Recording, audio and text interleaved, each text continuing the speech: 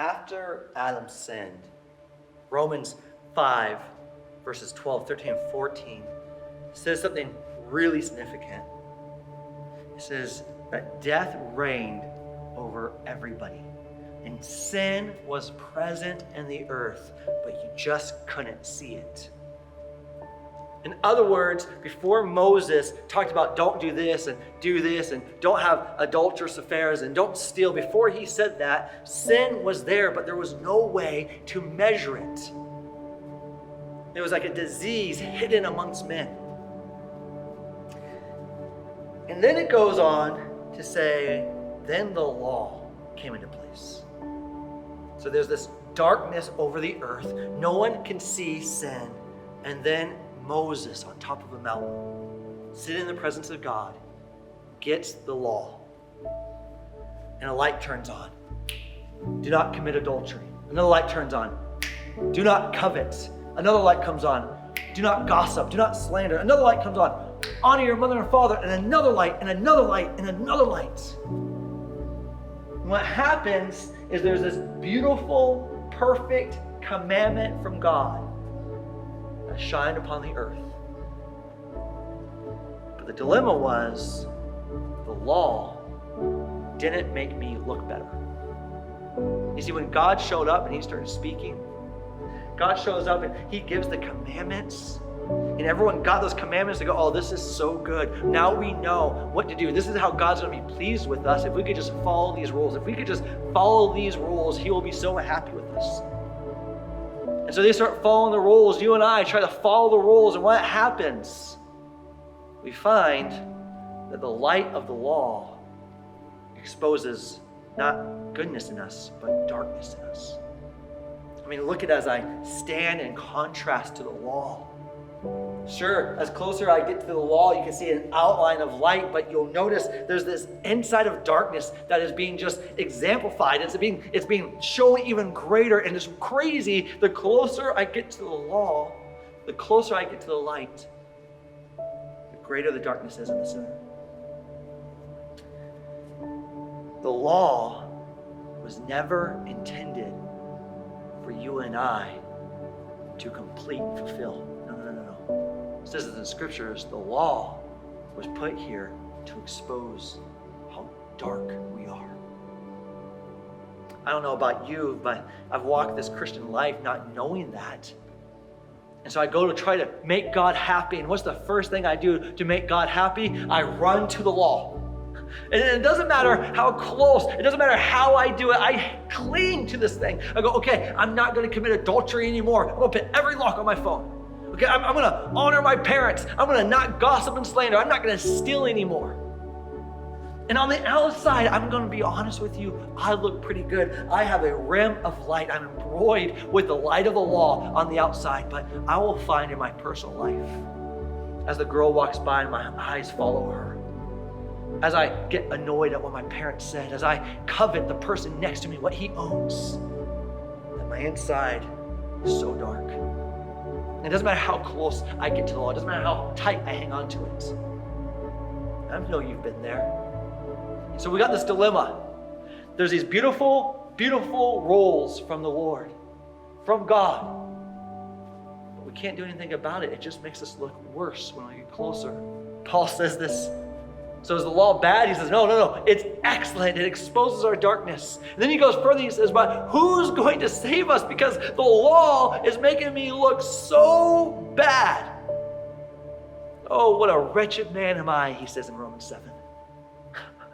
Who will save me?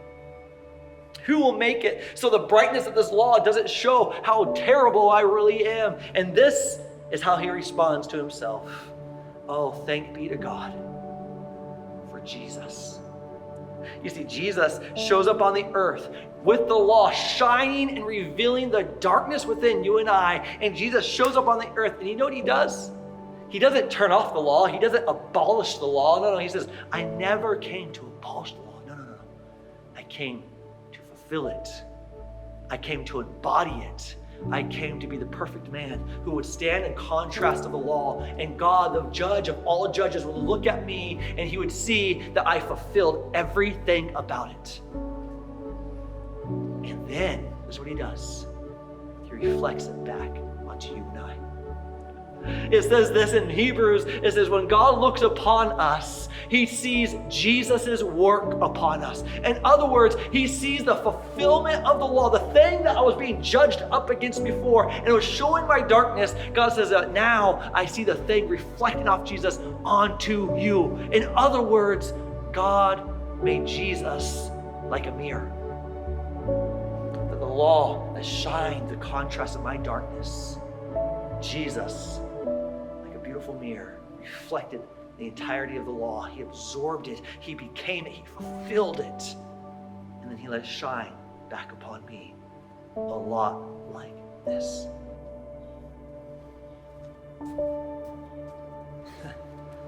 There you go.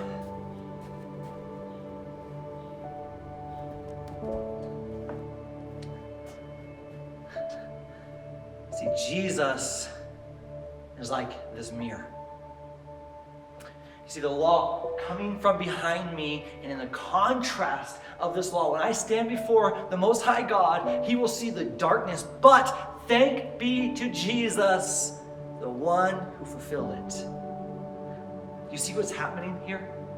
Do you see what's happening? And I look upon the mirror, and it shines what was the law, giving me my darkness, showing me my sin. What happens is it reflects off the one who fulfills it, and he shines his light upon me.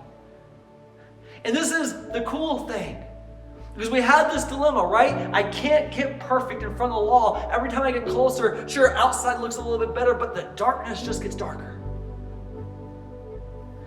Then we have an answer. The law was never about you and I being perfect in it. No. The law was about showing how wicked and sick we are.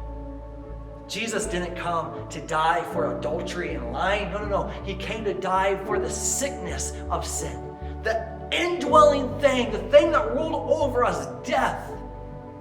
That was all the evidence that it was in our lives. He came, he died to get rid of the darkness. But this is what he wants us to do. Check this out.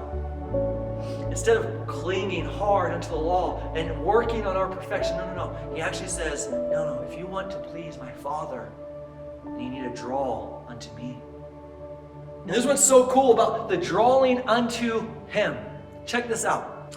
As I stand with the law in contrast, before the reflecting, shining King, who's taken the law and reflected it back upon me, as I get closer, the light gets brighter on my face. I take another step closer to him. Do you see what I'm trying to show you here? The law was to show my death, but the risen King was to show my life. And if I want to please the Father, I don't try to make the law perfect in my life. No. I make him my goal. And I look towards Jesus and say, where are you, Jesus? I will go towards you. What are you doing? And every step I take, the light gets brighter and brighter into my face. As the thing that showed my darkness now becomes the very thing that he took to shine upon me. In other words, he says, let me be the one who fulfill the law. You be the one who follows me. But this gets even better. See, he didn't just reflect the light back. He says this. He says, when you draw unto me, I will draw unto you. And that's what this means. So here I am. I'm looking at my darkness. I'm looking to him. And I say, you know what, Jesus? I'm coming after you. What are you doing? I want to go after you. So I take a step forward. Here's what he does. He takes a step forward. You see what's happening? I take another step closer to him, the reflecting fulfiller of the law. And as we're shining back, and as I get closer, he gets closer. As I get closer, he gets closer. And the light shines off his face upon me. And guess what happens? Now I'm pleasing God. This is the whole point of the sermon today. If you're trying to please God by hanging on to the law, those commandments, you're going to find something. You're going to find yourself on the face, on the ground, begging for mercy because of how dark you are. And you're going to be saying, who's going to save me? I am wretched. I can't follow these rules. They're so simple. I can't follow them. But thank be to Jesus. He is the shining light to me. He's the one who restores my joy. He's the one, when the law brought the sin and death evidence upon me, he was the one who says, well, I'm going to wash it clean. I'm going to overwhelm it with light. I will be your righteousness. The thing that exposed your sin will now be the thing I use to show your righteousness.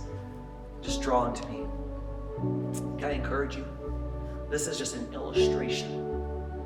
Could you imagine the spiritual realm of what happens as you and I don't try to judge ourselves against the light of the law, but rather judge ourselves by the closeness of Jesus? You and I will look like our lives will just exemplify how good he is. I want to encourage you today, draw close to Jesus. The law is perfect, it's good, the scripture says, but Jesus is the one who will purify you. He's the one who shines upon you. He's the one, when you stand before the judgment seat, God looks at you and he doesn't see the contrast of the law anymore, but he sees the light of Jesus. He sees his son. He sees his daughter.